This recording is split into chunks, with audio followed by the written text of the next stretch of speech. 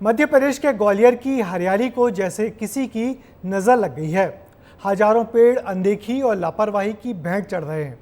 विकास के नाम पर पेड़ों को काट तो दिया जाता है, लेकिन उनके बदले या तो पेड़ लगाए नहीं जा रहे या फिर उनकी देखभाल ही नहीं हो रही। नतीजा ये है कि धीरे धीरे हरा भरा शहर कंक्रीट का जंगल बनता जा रहा है। देखिए हमारी ये खास रिपोर्ट। कहां गायब हो रही हरियाली?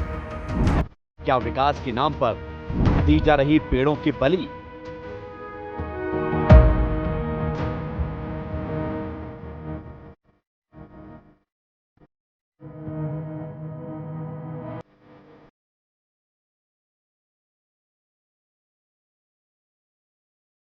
ग्वालियर ऐतिहासिक शहर, ऐतिहासिक विरासत से समृद्ध शहर, जिसकी खूबसूरती यहाँ के हरे भरे पेड़ों से होती थी, लेकिन अब इस शहर से हरियाली गायब होती जा रही है। धीरे धीरे पेड़ खत्म होते जा रहे हैं। बड़े बड़े पेड़ों का तो जैसे नामो निशान ही गायब हो रहा है और विकास के नाम पर इन पेड़ों की बलि दी जा रही है। एक पेड़ के बदले 10 पेड़ लगाने की शर्त पर एजेंसियां नगर निगम से अनुमति ले लेती हैं। पेड़ ट्रांसप्लांट कर दिए जाते हैं। ना तो इन पेड़ों की देखरेख होती है, ना ही नए पौधे कहीं नजर आते हैं और हर तरफ दिखाई देते हैं तो सिर्फ बड़े बड़े पेड़ों के ठूंठ, जो बताते हैं कि निर्माण एजेंसियों और प्रशासन की अनदेखी से उनका वजूद ही खत्म हो गया है। ग्वालियर में विकास कार्यों के नाम पर पेड़ पौधों की किस तरह बलि दी जा रही है, अंदाजा आप इस बात से लगा सकते हैं कि कुछ साल पहले इन पेड़ों को ट्रांसप्लांट किया गया था, लेकिन ये पेड़ पूरी तरह से सूख चुके हैं। ये अकेले पेड़ नहीं है, शहर के अंदर हजारों की संख्या में ऐसे पेड़ हैं जहां पर विकास कार्य हुए और वहां से पेड़ों को काटा गया और उसके बाद कहीं दूसरी जगह ट्रांसप्लांट किया गया। लेकिन ट्रांसप्लांट करने के बाद इनकी बिल्कुल भी देखरेख नहीं की गई और वजह यह है कि इन पेड़ों में पूरी तरह से दीमक लग चुकी है, मतलब पेड़ पूरी तरह से सूख चुके हैं। बीते एक दशक में शहर के अंदर विकास के नाम पर तकरीबन 3000 पेड़ काटे गए। ये पेड़ बड़े बड़े थे जो शहर को ऑक्सीजन देने का काम करते थे।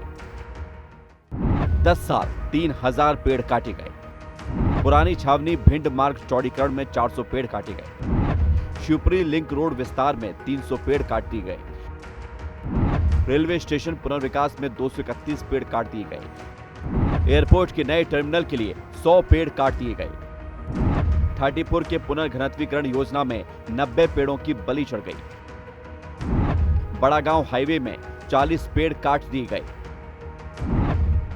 रेस क्रॉस रोड चौड़ीकरण में 100 पेड़, मेडिकल कॉलेज विस्तार में 100 पेड़ और स्मार्ट रोड में 50 पेड़ों की बलि चढ़ा दी गई। ये तो वो संख्या है जो रिकॉर्ड में दर्ज है। इतने ही पेड़ों को काटने की स्वीकृति छोटी छोटी योजनाओं में दी गई है। साथ ही 1 से लेकर 5 पेड़ तक काटने की अनुमति नगर निगम हर महीने दे देता है। विकास के लिए पेड़ काटने पर सवाल नहीं है, सवाल पेड़ काटने के बाद की जाने वाली अनदेखी पर है, क्योंकि अगर शर्तों का पालन किया जाता तो 3000 पेड़ की जगह आसपास 30,000 पेड़ों का जंगल खड़ा हो जाता।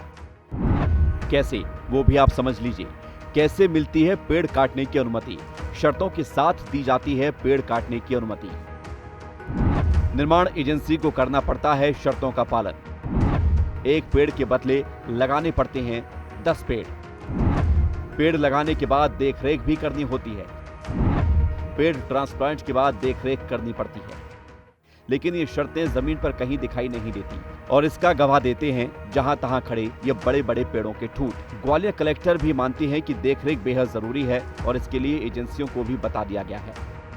जनरली ट्रांसप्लांटेशन बहुत ज़्यादा सक्सेसफुल नहीं होता है, लेकिन एटलीस्ट उनके केस में ऐसा हुआ है। तो ये समझ में आया है कि यदि हम जहाँ पेड़ को ट्रांसफ़र कर रहे हैं, यदि उसकी देखरेख की व्यवस्था सुनिश्चित की जाती है तो वो सर्वाइव कर जाता है।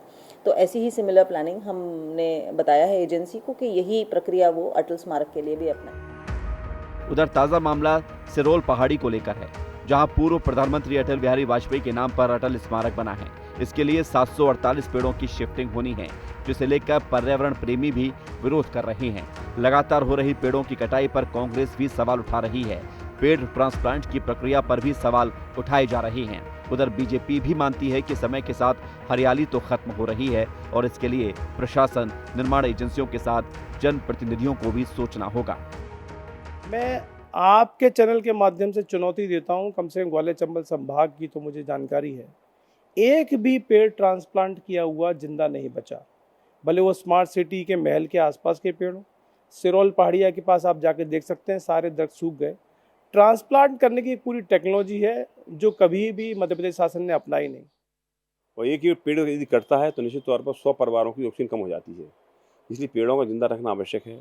हम समझ रहे हैं कि आज हमारे 50% जंगल साफ हो गए हैं, प्रकृति के साथ खिलवाड़ हो रहा है, तो ये पेड़ काटना एक अपराध मानता हूँ मैं। ठीक है, जहाँ जरूरी है तो निश्चित तौर पर वहाँ काटे जाएं, लेकिन पेड़ काटने के बाद उसमें पेड़ लगना भी चाहिए। सियासत भी जरूरी है, लेकिन हरियाली से ज्यादा जरूरी नहीं, क्योंकि पेड़ों की अंधाधुंध कटाई से ये शहर भीषण गर्मी की चपेट में आ रहा है। जल स्तर कम हो रहा है, पर्यावरण पर भी संकट आ गया है। ऐसे में जरूरी है कि पेड़ काटने की अनुमति दी जाए, लेकिन ये भी तो देखा जाए कि पेड़ लगाए जा रहे हैं या नहीं, पेड़ों की देखभाल की जा रही है या नहीं, क्योंकि अगर अभी तक देखा होता तो पेड़ों की जगह ये ठूठ नजर ही नहीं आती। जब तक सरकार से लेकर यहाँ के लोग, यहाँ का प्रशासन इनकी देखरेख नहीं करेगा, तब तक हरियाली को नहीं बचाया जा सकता। कैमरामैन संजय चंदेल के साथ अनिल गौर, बिस्ता न्यूज। तो देखा आपने कैसे धीरे धीरे हजारों पेड़ विकास के नाम पर बलि चढ़ा दिए गए। सवाल पेड़ काटने का नहीं है, बल्कि सवाल यह है कि जब पेड़ काटे जा रहे हैं तो नए पेड़ भला कौन लगाएगा, कौन इनकी देखभाल करेगा? क्या इसके लिए प्रशासन की कोई जिम्मेदारी नहीं है?